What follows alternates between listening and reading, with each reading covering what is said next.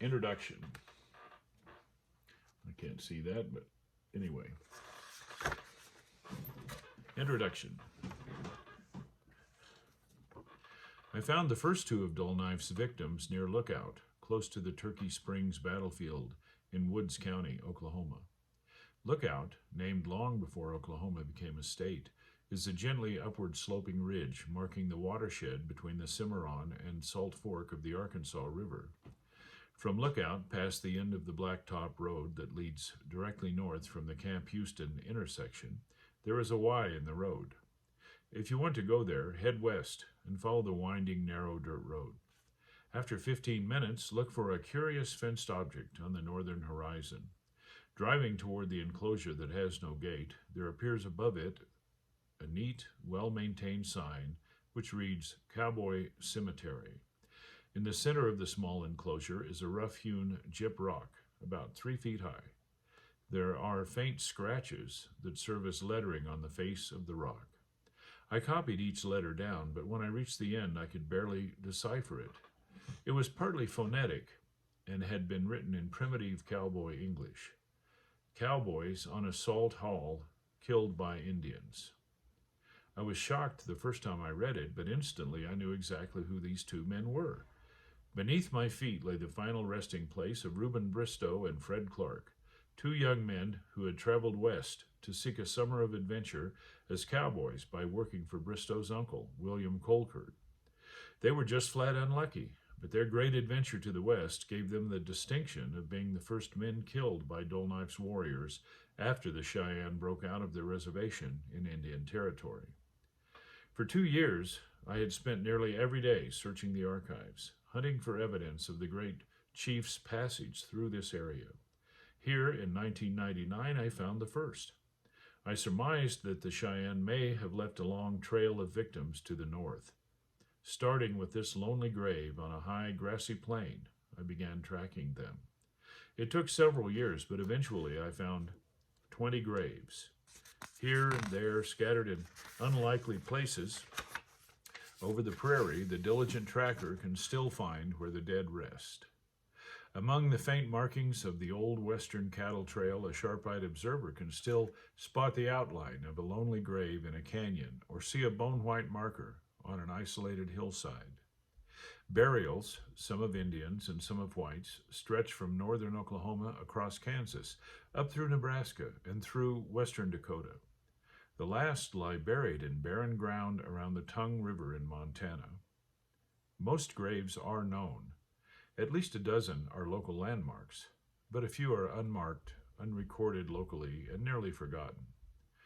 The saga that explains those graves starts during the last hot days of September 1878, when Dull Knife, against the orders of the federal government, led his followers from Indian Territory. Over the next several weeks, the Cheyenne swept along the eastern edge of the Great Plains like a razor-sharp scythe.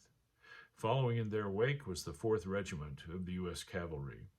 The men of the 4th marked and recorded the bodies of nearly 100 men and boys, white, black, and Native American.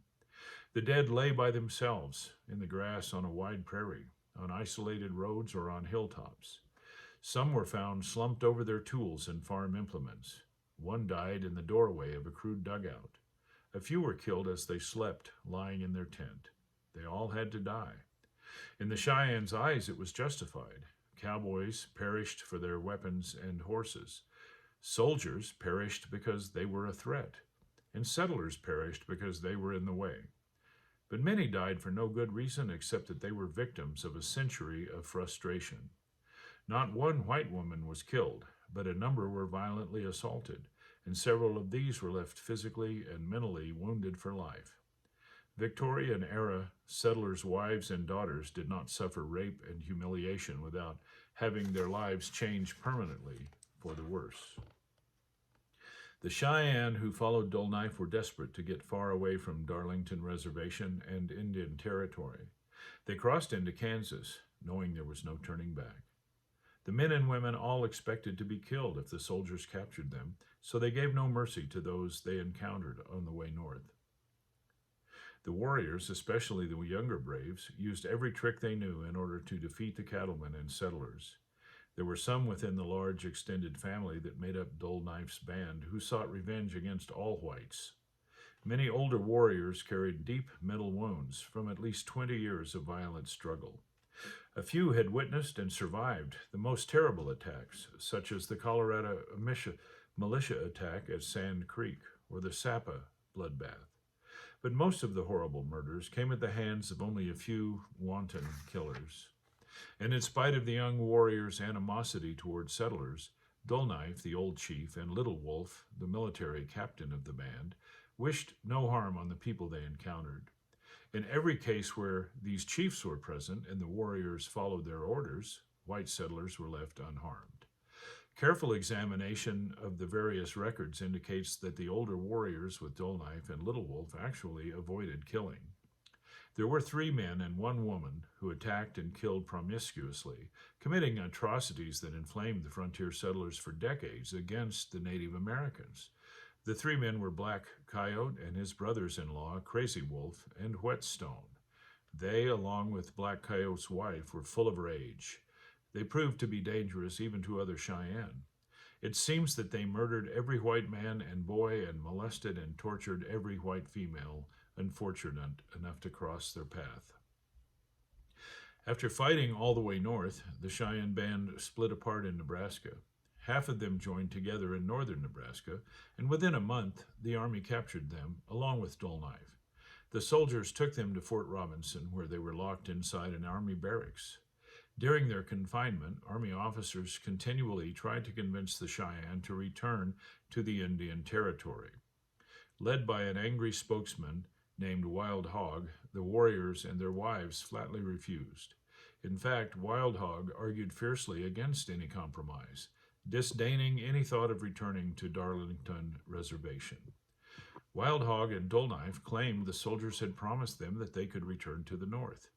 They argued that they had been starved in the South and that their children caught disease in the territory and died. All their arguments fell on deaf ears because the Army officers had little discretion in what they could do. The camp commander had been given no authority to do anything with the Cheyenne except return them to the South.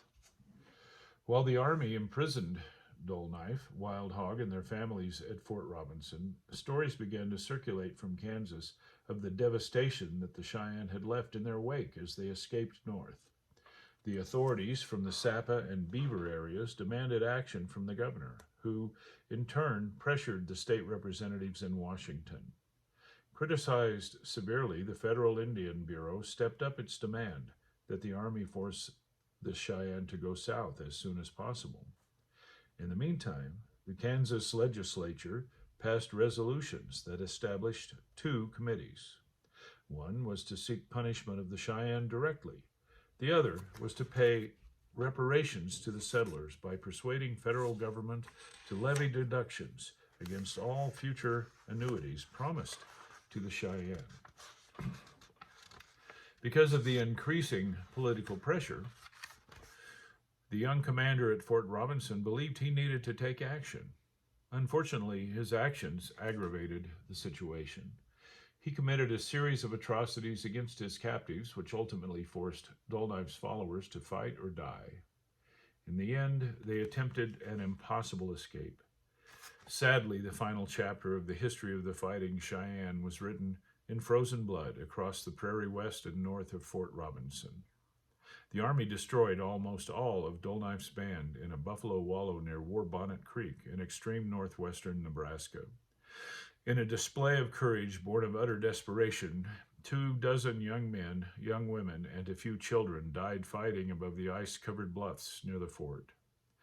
Only a few men survived, most already in chains before the escape.